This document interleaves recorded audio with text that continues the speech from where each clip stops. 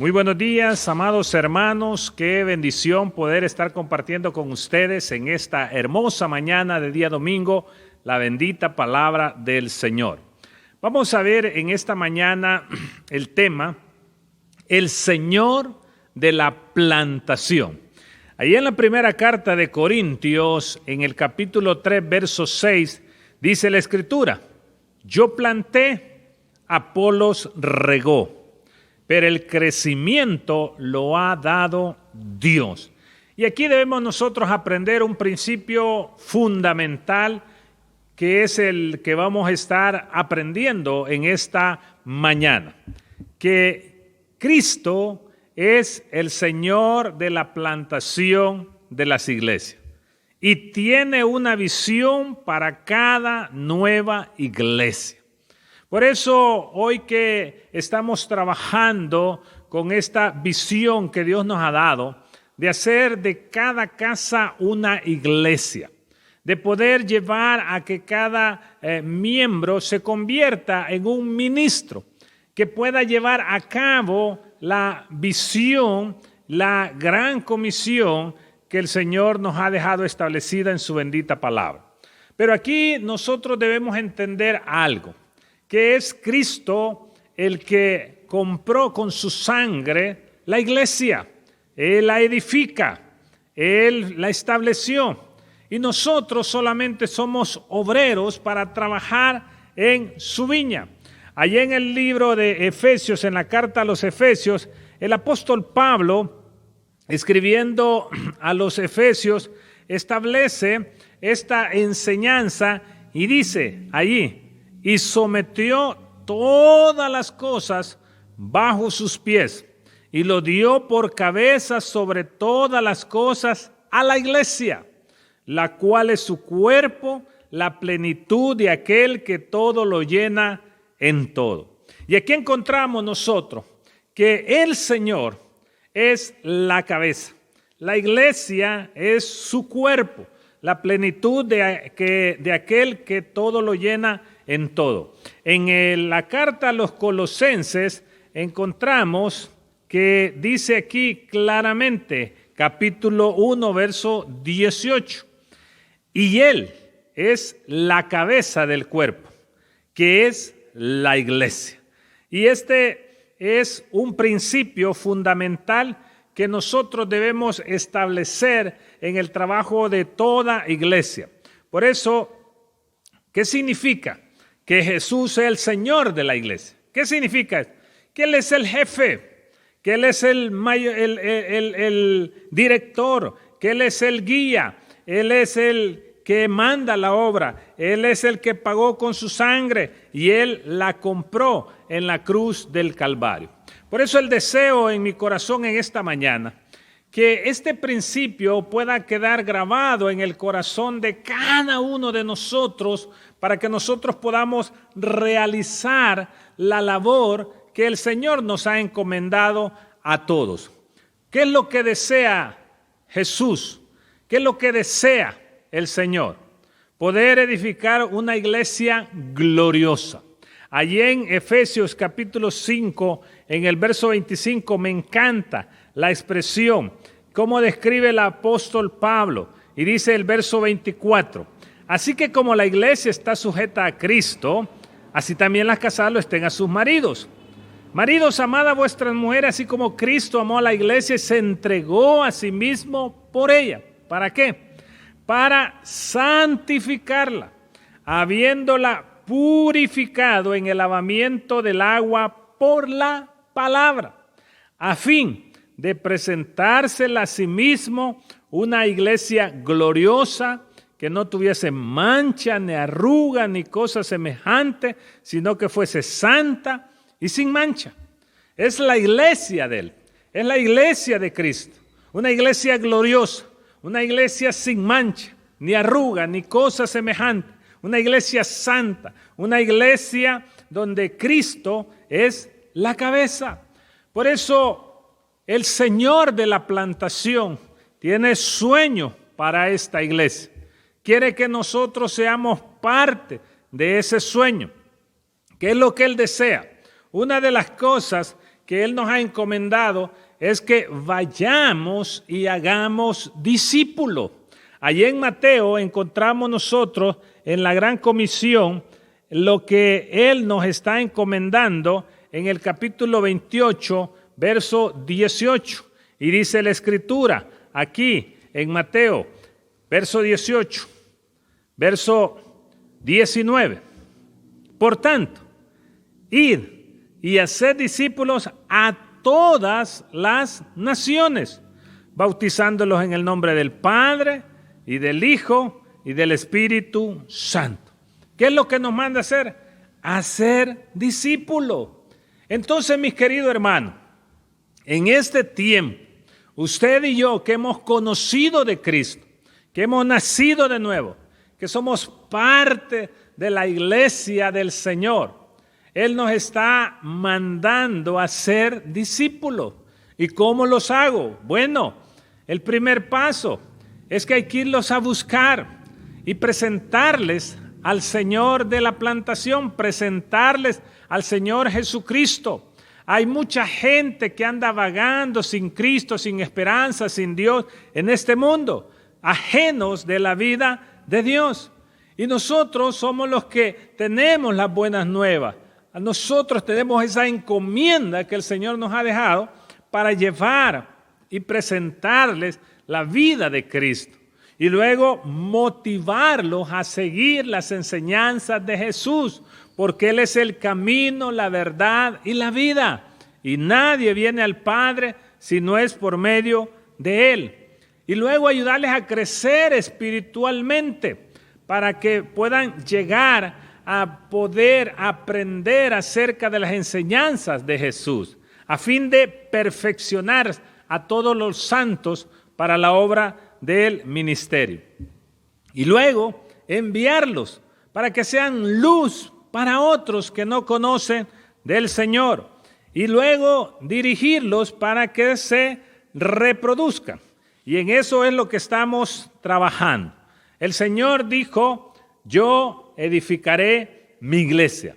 Esa fue una de las respuestas que el mismo Señor Jesucristo le dijera al apóstol Pablo, allí en Mateo 16, 18, y le dijo, yo también te digo que tú eres Pedro, y sobre esta roca, que es Cristo, edificaré mi iglesia, y las puertas del Hades no prevalecerán contra ella. Mi querido hermano y amigo, Jesús construye, Jesús edifica su iglesia. Él es el que va a edificar y dice que las puertas del Hades no prevalecerán contra ella. Nadie puede hacer nada contra la iglesia de Cristo. Entonces, ¿cómo vamos a nosotros a participar de la edificación de esta iglesia? Bueno, estamos trabajando dentro de la iglesia con la visión de poder formar un equipo de 80 personas que puedan reproducir la visión de la plantación de las iglesias. Y usted, mi querido hermano, que está escuchando, que está atento a esta enseñanza, está invitado a participar de esta labor de reproducir la visión que nuestro Señor nos ha dejado. Hemos entrado en un proceso con lo que el Señor mismo hizo cuando Él vino a esta tierra. Él vino y buscó a 12 apóstoles, a 12 hombres, los seleccionó, los capacitó y luego los envió. Los seleccionó idóneos para la labor que Él quería, los capacitó continuamente y los envió a cumplir la gran comisión. Y eso es lo que necesitamos hacer en este tiempo. Esta tarea no la podemos hacer solo. John Maxwell enseña un principio en la ley del trabajo, de las 17 leyes del trabajo en equipo. Y él habla en la primera ley de la ley de lo trascendental, donde dice que uno es demasiado pequeño para pretender hacer cosas grandes. Tenemos que formar un equipo, tenemos que unirnos con muchas personas. Y así como Jesús seleccionó, entonces nosotros estamos trabajando en poder trabajar con 80 personas. Pero descansamos en eso, que Él es el dueño, Él es el jefe, Él es el que dirige. Y nosotros tenemos que solamente ponernos a sus órdenes, porque la iglesia es de Él, mi querido hermano. Y aquí nosotros descansamos en eso. Solo somos invitados a formar parte de trabajar en sus labores, de participar en su viña. Ahora, el hecho de que Él sea el Señor y del Señor de la plantación de la iglesia, significa que Él tiene una visión para su iglesia.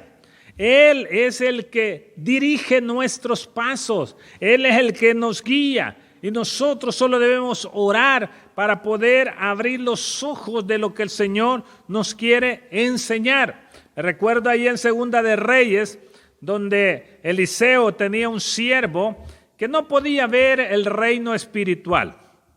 De mañana temprano, el sirviente descubrió que él y su amo estaban rodeados de muchos enemigos que habían montado caballos, carros, y el siervo entró en pánico. Hizo esta pregunta: ¿qué haremos? Es como en este tiempo que estamos viviendo nosotros de pandemia, y este país ha sido atacado por muchos fenómenos naturales. Hoy recientemente la amenaza de un huracán. Y la pregunta: ¿qué haremos? ¿Qué podemos hacer? Y cuando el que servía al hombre de Dios madrugó para partir y salió, y aquí un ejército tenía cerrada la ciudad con gente de a caballo y carros. Entonces su criado dijo: Señor mío, ¿qué haremos? ¿Qué vamos a hacer? Y quizá esta sea la pregunta muy pertinente para este tiempo. ¿Qué haremos para poder llevar adelante la visión y la misión que Jesús nos ha encomendado? En este mundo caótico, en este mundo donde cada vez hay más violencia, hay más desintegración familiar, hay crisis económica, hay crisis de salud, hay crisis financiera, hay problemas relacionales, hay de todo tipo. Pero mire, ¿cómo respondió este varón? Le dijo en primer lugar: no tengas miedo. ¿Por qué? Porque más son los que están con nosotros que los que están con ellos. Entonces Eliseo oró diciendo: te ruego, oh Señor, que abra sus ojos para que vea. El Señor abrió los ojos del criado, y éste miró, y he aquí que el monte estaba lleno de gente de a caballo y carros de fuego alrededor de Eliseo. Mi querido hermano, nuestro trabajo como seguidores de Jesús es ver el mundo a través de los ojos de Jesús. Y yo he estado haciendo una oración continua en mi corazón, pidiéndole al Señor que me ayude a mirar con sus ojos, que me ayude a sentir con su corazón, que ya no quiero ser más insensible, y que a tanta necesidad poder cubrirla con Jesucristo, porque hay mucha necesidad continua donde hay mucha gente que está necesitando.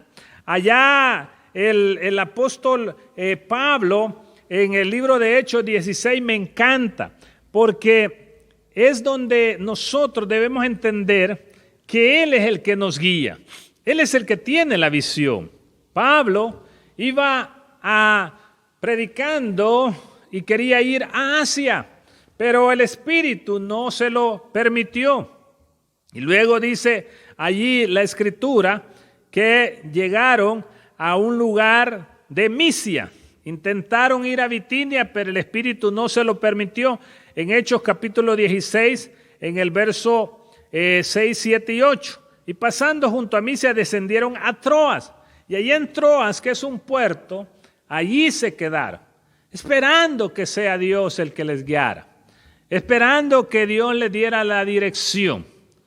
Y aquí, mi querido hermano, debe saber usted y yo que Jesús es el que tiene la visión para la iglesia. Nosotros debemos estar atentos, debemos estar orando. Por eso uno de los principios fundamentales que debemos mantener nosotros, estar orando fervientemente para que sea Dios quien nos guíe, quien nos dirija. Y aquí está Pablo, orando delante de la presencia del Señor, y dice, y se le mostró a Pablo una visión de noche. Un varón macedonio estaba en pie rogándole, diciendo, pasa Macedonia y ayúdanos. Y así está este mundo en este tiempo. Está pidiendo ayuda ante sus problemas, los cuales no pueden resolver con sabiduría de este mundo.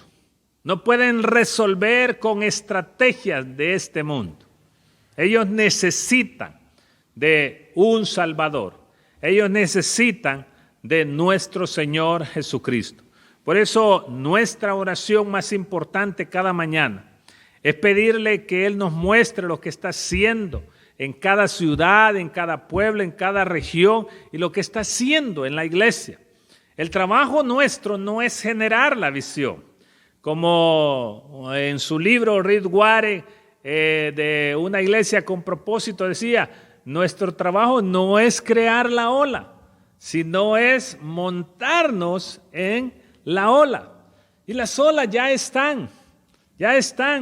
Nuestro trabajo es montarnos en la ola. Tristemente, recientemente yo he escuchado muchas olas que están azotando fuertemente la vida de muchas personas.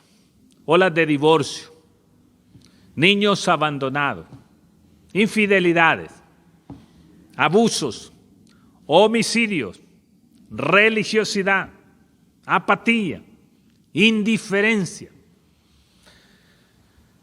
Muchas cosas que están atacando. La tarea de nosotros en este tiempo es discernir la visión que Él tiene para cada uno de nosotros y para nuestra iglesia. ¿Cuál es la visión en la cual debemos trabajar?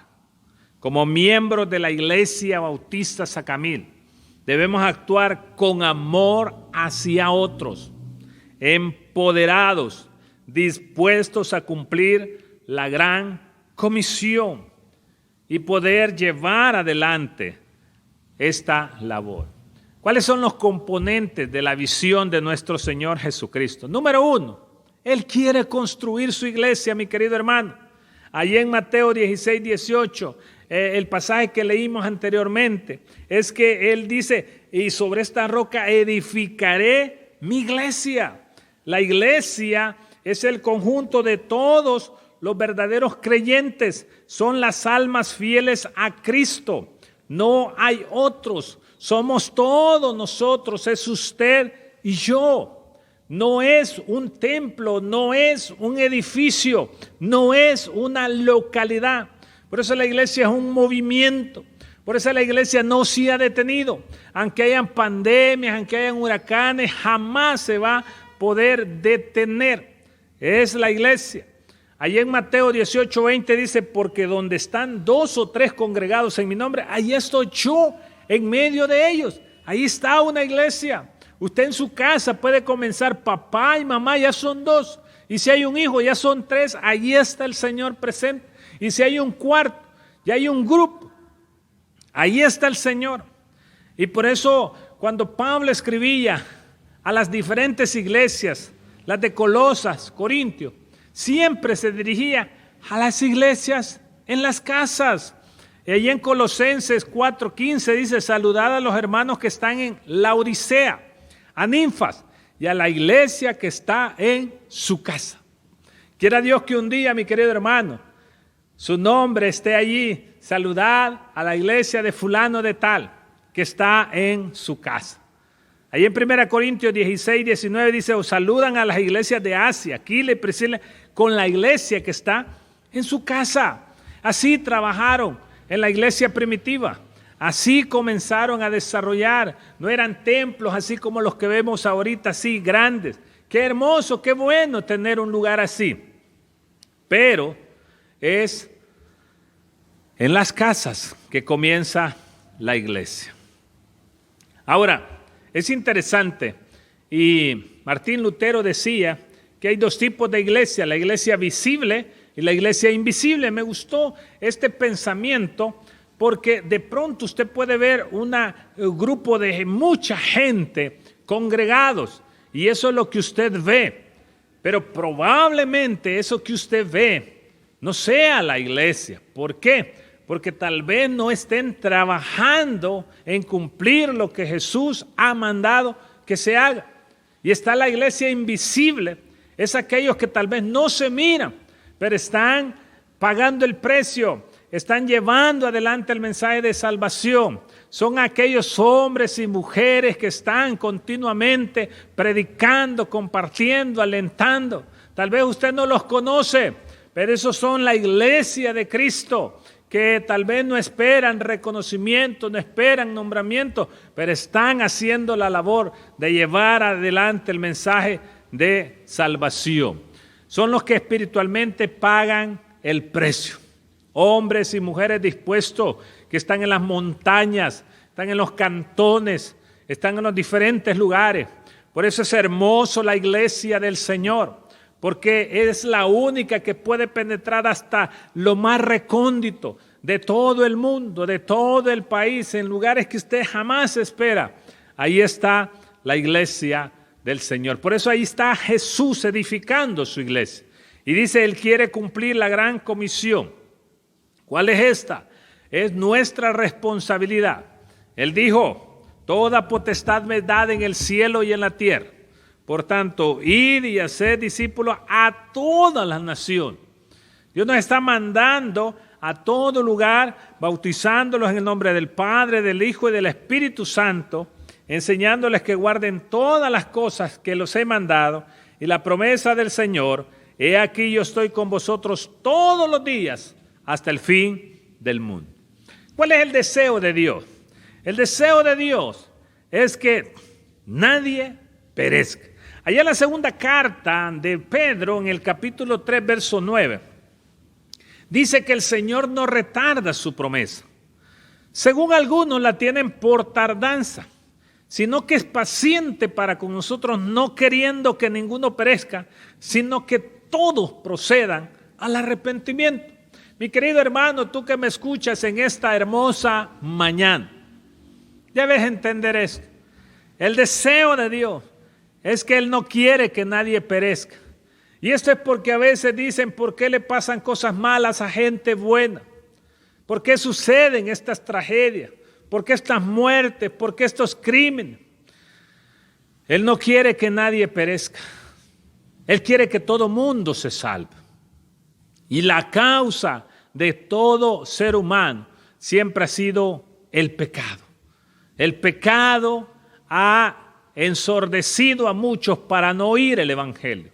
El pecado ha cegado los ojos de la gente para no ver la luz de Cristo. Y el mismo enemigo ha cegado el entendimiento de los incrédulos para que no les resplandezca la luz de Cristo. Pero el deseo de Dios es que Él quiere que todos se arrepientan. Y por eso estamos predicándote, para que nos levantemos, para que trabajemos, para que tú escuches que el deseo de Dios es que todo mundo sea salvo y que vengan al conocimiento de la verdad. Por eso el Señor no retarda su promesa. Algunos dicen, bueno, hace tiempo que están diciendo que Cristo viene y nunca viene. Pues te quiero decir que Él vendrá y Él pronto vendrá y vendrá por su iglesia. Y Él está esperando regresar hasta que el evangelio sea predicado en todas las naciones. Recuerda lo que dijo ahí en Mateo capítulo 24, verso 14. Y Él dijo, y será predicado este evangelio del reino en todo el mundo para testimonio a todas las naciones, y entonces vendrá el fin. Mira qué interesante. Jamás se había visto tanta tecnología, tanta ciencia creciendo. Pero hoy tú puedes estar a través de un computador, en una señal de un teléfono y comunicándote con gente del otro lado del mundo. Y el evangelio tiene un camino donde puede llegar más rápido a cualquier destino. De manera que pronto Cristo va a venir. ¿Por qué? Porque se está predicando. Esta señal que yo estoy transmitiendo a esta hora, estoy aquí en el país del Salvador, pero puede ser de que tú estés en otro país del otro lado del mundo, en Asia, Oceanía, Iberoamérica, Suramérica, y estés escuchando. Y cuando tú escuchas este mensaje, entonces es señal que Cristo va a venir, que Cristo viene pronto. Por eso es importante que nosotros entendamos que no es que vamos a elaborar una visión de la nada, sino que aquí tenemos nosotros las porciones de una visión clara, que Jesús va a edificar su iglesia. Él quiere que cumplamos la gran comisión. El deseo de Dios es que nadie se pierda, sino que todo mundo proceda al arrepentimiento. Y también el saber de que Él vendrá hasta que este evangelio sea predicado en todo el mundo. ¿Cómo quiere Dios construir esta iglesia? Él quiere una iglesia sólida, con el fundamento de la verdad. Que tú puedas entender cuál es el fundamento del evangelio. A mí me encanta cómo lo describe el apóstol Pablo allí en la primera carta a los Corintios, en el verso 15. Él está diciendo: además os declaro, hermanos, el evangelio que os he predicado, el cual también recibisteis, en el cual también perseveráis. Por lo cual dice asimismo: si retenéis la palabra que os he predicado, sois salvos, si no creísteis en vano. Porque primeramente os he enseñado lo que asimismo recibí, que Cristo murió por nuestros pecados conforme a las Escrituras, y que después fue sepultado y que resucitó al tercer día conforme a las Escrituras. Este es el evangelio. Es el hecho de que Cristo no se quedó en la tumba, sino que resucitó. Y cuando nosotros creemos firmemente en lo que Dios ha hecho con nuestro Señor Jesucristo, ese es el fundamento de nuestra fe. ¿Para qué? Para que nosotros nos mantengamos creciendo. Allí en el verso 58 dice: así que, hermanos míos amados, estad firmes y constantes, creciendo en la obra del Señor siempre, sabiendo que vuestro trabajo en el Señor no es en vano. ¿Qué es lo que quiere el Señor de cada uno de nosotros? Que podamos andar como es digno del Señor, agradándole en todo, llevando fruto en toda buena obra. ¿Cuáles son esas buenas obras que Dios preparó para que anduviésemos en ellas? Que a toda persona, mientras nosotros vayamos caminando, le compartamos del evangelio, lo ganemos para Cristo, lo discipulemos, que podamos servir en la obra del Señor, ofrendando y diezmando para que su obra siga adelante y para que más personas conozcan del Señor y llegar hasta lo último de la tierra. Que podamos disponer nuestro corazón sirviéndole, que podamos crecer en el conocimiento de Dios. ¿Qué más usted sabe de Dios, de lo que aprendió ayer? El Señor dijo: esta es la vida eterna, que te conozcan a ti, al único Dios verdadero. Por eso, mi querido hermano, debemos nosotros dar pasos prácticos para desarrollar la iglesia del Señor.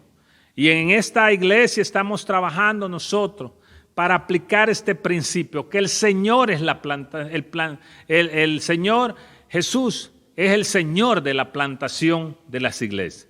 Y también vamos a aplicar el principio del poder de estar orando, porque la oración es la fuente indispensable de poder y de sabiduría de Dios, porque Él ahí nos revela lo que Él quiere. Así como en Colosenses dice que perseveraban en la oración, y eso queremos hacer. Además, aplicar también el principio del puente, de poder comprender los corazones y las mentes de la comunidad para poder comunicarlos con ellos y ser sensibles y alcanzarlos efectivamente con el evangelio. Así, siguiendo el ejemplo de Pablo, dice: me hice a los judíos como judío, no siendo judío. Poder acercarnos a la gente y poder aplicar también el principio del imán. Cuando Dios siembra una iglesia, debe haber una amplia conciencia e interés en la comunidad. ¿Por qué? porque Él dijo, ustedes son la luz del mundo. Debemos resplandecer como luminares. Dios quiere que nosotros podamos caminar en esa visión. ¿Cómo quiere ver usted la iglesia del Señor? ¿Cómo usted quiere verse dentro de 1 año, 5 años, 20 años? Yo quisiera ver una iglesia sólida en la fe, con un crecimiento constante, con una madurez espiritual, ganando almas continuamente e impactando a la comunidad. Así de que, mis queridos hermanos, si Jesús es nuestro jefe, si Jesús es el Señor de la plantación, entonces debemos seguir sus instrucciones y poder caminar con lo que Él nos ha mandado que nosotros hagamos. Así de que, mi querido hermano, esta mañana he compartido que el Señor, que Jesús es el Señor de la plantación. Y Él quiere edificar su iglesia, quiere que cumplamos la gran comisión. El deseo de Dios es que nadie se pierda, sino que todo el mundo proceda al arrepentimiento, y también Él vendrá hasta que este evangelio sea predicado en todo el mundo. Seamos parte de esta visión. Que Dios te bendiga en esta hermosa mañana.